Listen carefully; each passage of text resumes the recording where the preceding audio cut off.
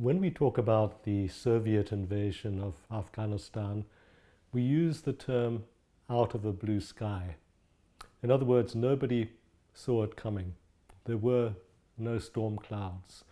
It took everybody, all the best military analysts in the West, by complete surprise. I think we can probably use the same term out of a blue sky with reference to the appearance of Islamic State.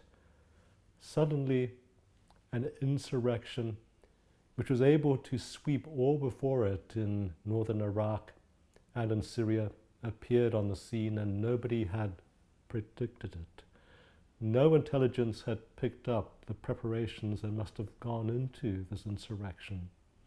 The training, the equipment, the battle doctrine, which allowed them to sweep aside the Iraqi army, which at that point in time was the recipient of the greatest amount of United States military aid in the world. And yet they were cut through like a knife cuts through butter. So out of the blue sky in more than one way. And in fact, for a long time, even after the advent of Islamic State as a force on the battlefield, as a force that could conquer vast swathes of territory, and which could seemingly commit atrocities without anybody stopping it, even despite all of this, intelligence was extremely reluctant to turn its full force into the study of Islamic State. For one thing, so many specialists had spent so much time learning how to deal with, learning how to understand Al-Qaeda, that the idea of starting again and learning about a new organization that was not Al-Qaeda terrified them. And where do you start? What is the difference? How do you analyze something which seems to have similarities, but which clearly has key doctrinal and other differences? And of course, much of Al-Qaeda in Syria, the al-Nusra Front, 80% of its fighters deserted almost overnight to Islamic State.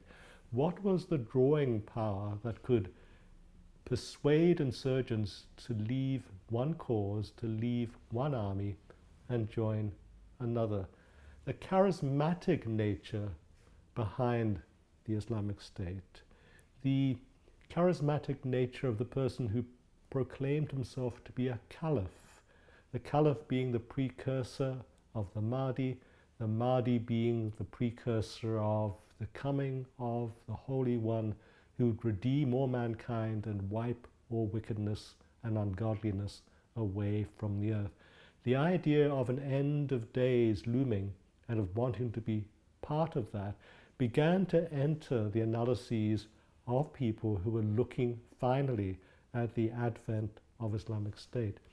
But even so, there were many mistakes made in trying to analyze what Islamic State was. The very first public article in a magazine on the phenomenon of Islamic State only appeared in March 2015, a 3,000-word article in the Atlantic magazine. And all it really said was, don't take this organization lightly. It's much more complex than you think, particularly in terms of its recruitment and organizational capacities. But that was already saying the obvious. What was also quite obvious was the statement that the Islamic State was part of a Wahhabi expression of fundamental Islam. But if that's all it was, what was the attraction of a desert faith, a very, very specialized form of desert faith, a very stripped down minimalist version of faith to match the desert environment from which it sprung? What was the attraction of that to people in developed cities in Europe, for instance? What persuaded them to leave non-desert environments to go fight far away under very, very difficult circumstances? And this is because the analysis of Islamic State only as a religious expression leaves aside political, ideological, philosophical, and charismatic considerations. And ideological, I think, is something which rides very, very high in the consideration of those who are attracted to fight underneath the Islamic State banner. If you look at the profiles of those who attacked Paris, those who attacked Brussels from the same grouping of radical Islamists, they were people who were not learned in Islam. They had not been recruited to become people who were expert in Islam. They were Islamic, but they were hardly scholars of Islam. They were recruited because of their usefulness as hardened criminals. They already had anxieties about their place in society. They had already rebelled against society. They already wanted to get their own back on a society that had marginalized them. The idea of attracting the criminalized outsider, the soldier who needed no persuasion to fight against the society that had ostracized him, using the latest techniques in terms of modern media and social media to recruit such people, not requiring much training, despite all the vaunted visits to Syria and Iraq. These people already knew how to handle basic weaponry, and not needing to, in any way, harden them to face firefights with the police. Many of them had already done that, served time in prison, etc. The idea of using an antisocial ideology, an ideology based on social factors of alienation, this is an added factor which most people did not add into their analyses of Islamic State, and certainly did not add into their analyses a direct linkage with Saudi Arabia as a funder and as an organizer of such radicalism. Even if you wish to strip down your analysis to a religious one, then there are all kinds of problems. If you start by saying, okay, we're going to find out everything we can about the religious persuasion of ISIS so we can combat it, this is hardly starting your analysis and your study in a way which is going to be objective, in a way which is going to lead to results that could be helpful. So there's probably a checklist of ways in which you had better conduct religious inquiry. And this requires great scholarship. Before seeking interpretations of a holy text, it might be a good idea first to read the text. It's necessary to acknowledge and appreciate the historical and cultural contexts of that text. It's probably necessary to acknowledge and seek to appreciate the linguistic conventions, and particularly the role of metaphorical reasoning behind the text.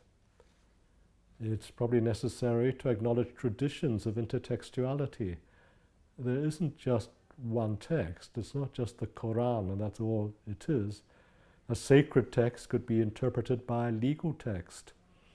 A sacred text could be interpreted by a mystical text. And all texts can be interpreted by learned commentary and by ideological commentary. The role of hermeneutics as an intuitive, deeply sensitized way of being able to understand the spiritual, inherent nature of a text needs to be taken into consideration. And then, of course, there are centuries of epistemological and ontological debate surrounding that text, and how these debates have changed over the centuries.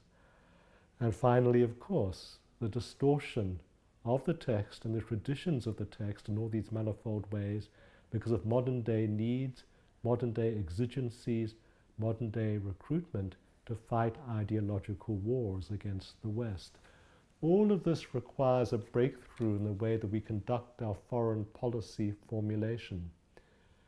A repertoire response is not going to work. Pulling something off the shelf, trying to stay with what we've laboriously put onto the shelf, like our analyses of Al-Qaeda, are not going to work when we are trying to almost build a new shelf full of new materials of a very different sort for a very different phenomenon, which has achieved very different results because of having very different goals to Al-Qaeda.